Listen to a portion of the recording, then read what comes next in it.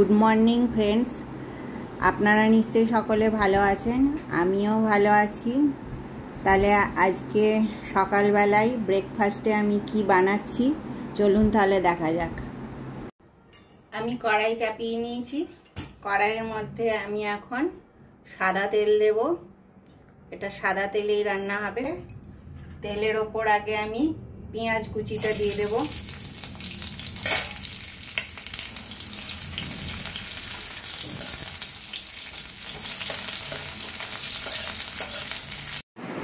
আমাদের পেঁয়াজটা হালকা করে ভাজা হয়ে গেছে, এবারে সবজি দিয়ে দিলাম।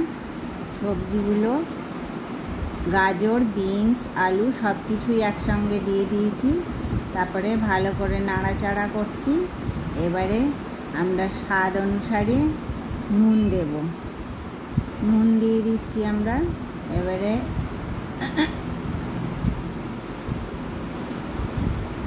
একটুখানি হলুদ দিলাম। হলুদ দিয়ে একটা ভালো করে আমরা নেড়ে চেড়ে নেব। এবারে আমরা চিকেন কিমাটা দিয়ে দেব। চিকেন কিমাটা সবটা দিয়ে দিই।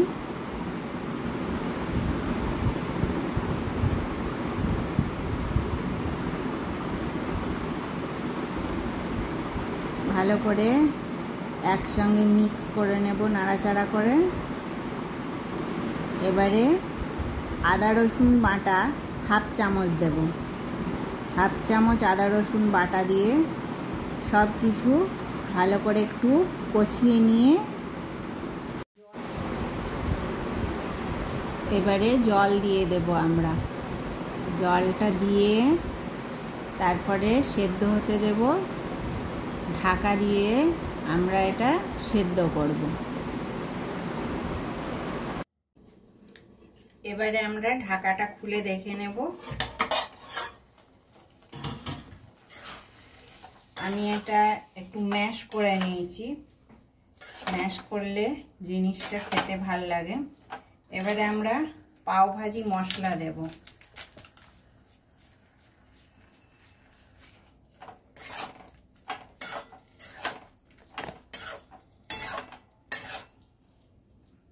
ছোট চামচের 2-2.5 চামচ মতন পাও ভাজি মশলা দিলেই হয়ে যাবে।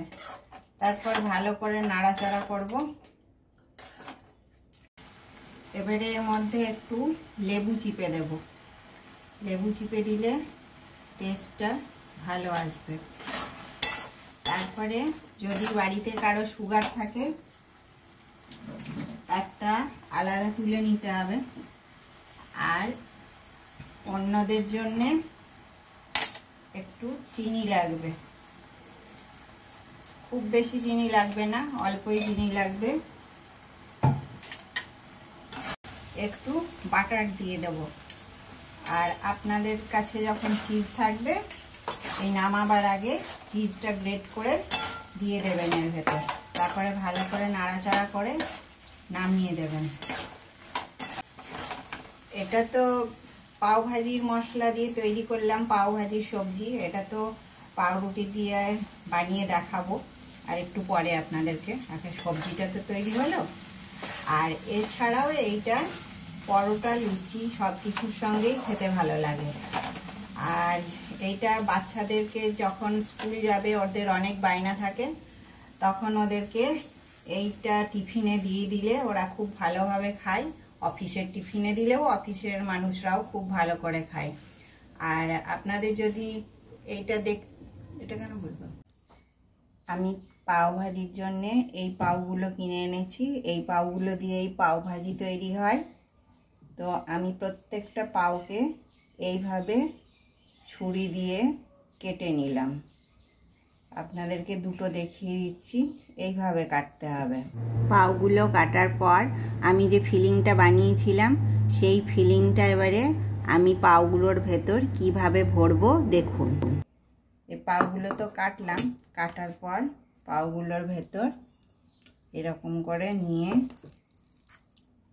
চামচে করে এভাবে ভালো করে ভরবো।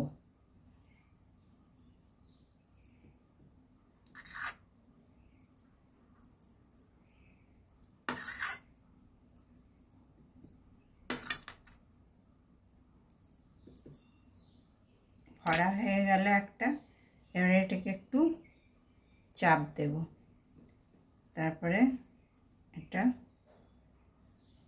বন্ধ করে দেব। এবারে আমি একটা তাওয়া চাপিয়ে নিয়েছি। এবারে তাওয়ার মধ্যে এভাবে মাখনটা লাগিয়ে নেব ভালো করে চারিদিকে। তারপরে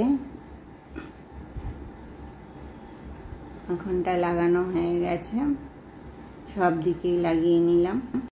সামান্য লঙ্কার গুঁড়ি ছিটিয়ে দেবেন।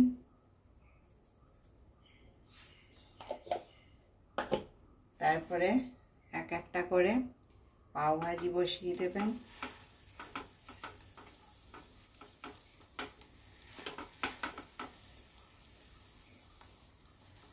আমি 4টে করেই করব।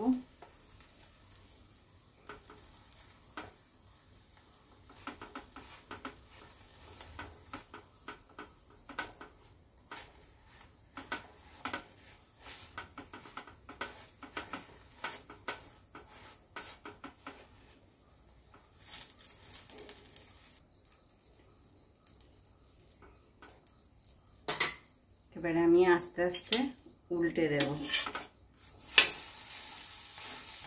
একটা খুব সুন্দর স্মেল বেরোচ্ছে বাটার দিয়ে ভাজার জন্য।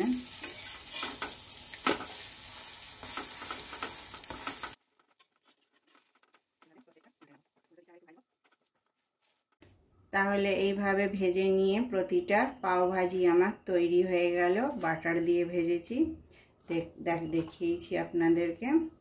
তাহলে এইভাবে আপনারাও বানাবেন পাও ভাজি, আর বানিয়ে আমাকে অবশ্যই কমেন্টে জানাবেন কেমন লাগলো আপনাদের।